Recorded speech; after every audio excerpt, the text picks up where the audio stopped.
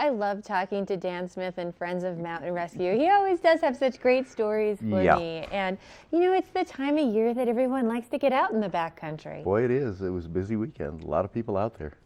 So it was great weather. And a lot of people in the backcountry, especially a lot of people that aren't from around here, can create their own problems. And I think, it's iconic in their mind when they come to these mountains and they want to get out there and explore. And yeah, there's definitely a risk whenever you go do that. There is, and one of the ones that people run into around here is they get sick.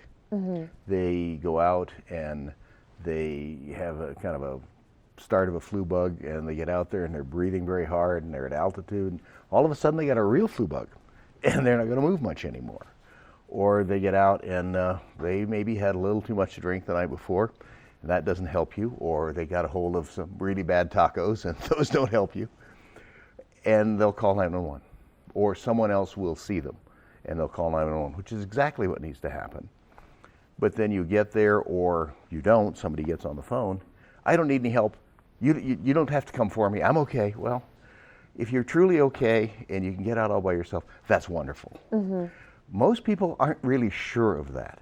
So there are a couple of things that they need to understand. One is we never charge. We're going to come get you. We're going to get you out to the trailhead. There is no bill. We've never sent anybody a bill in 40 years. Really important too for people who aren't even from the U.S. because they have no clue what the medical system is going to be like and what they're you hear stories. Oh, so. Switzerland, you got to carry your MasterCard around your neck. And that's almost true, not quite, but almost true. Then once we get you down to the trailhead, if either you want it or we want it, we'll have an ambulance waiting for you. There's no charge for that ambulance sitting there. That ambulance is only going to send you a bill when it hauls you someplace. Now, if the paramedics in that ambulance say you need to be hauled, I would believe them. I've been in the back of that ambulance 4 times so far since I've lived here.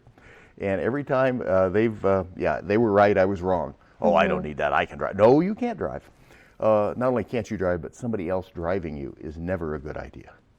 If something happens, whatever that is, they can't help you. They're driving the car. Take the ambulance ride if it's serious. If you've tweaked an ankle, fine, let a buddy drive you, that's okay. But there's no charge for the ambi to check it out.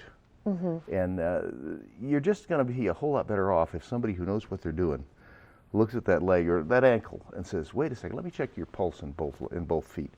You got a really good pulse in the good foot, and the one you broke the ankle on, I'm not getting a great pulse. Now you got a real problem. But I didn't know that till I first ran into it. Most people don't know that. No, I wouldn't have known that either.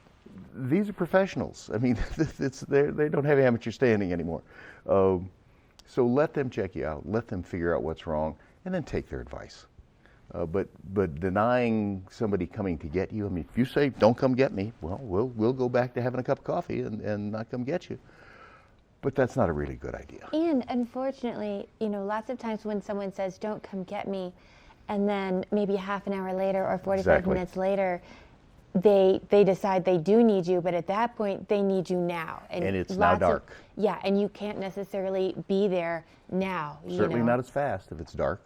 You're moving on trails when it's really, really dark, which it is after the dark of the moon here.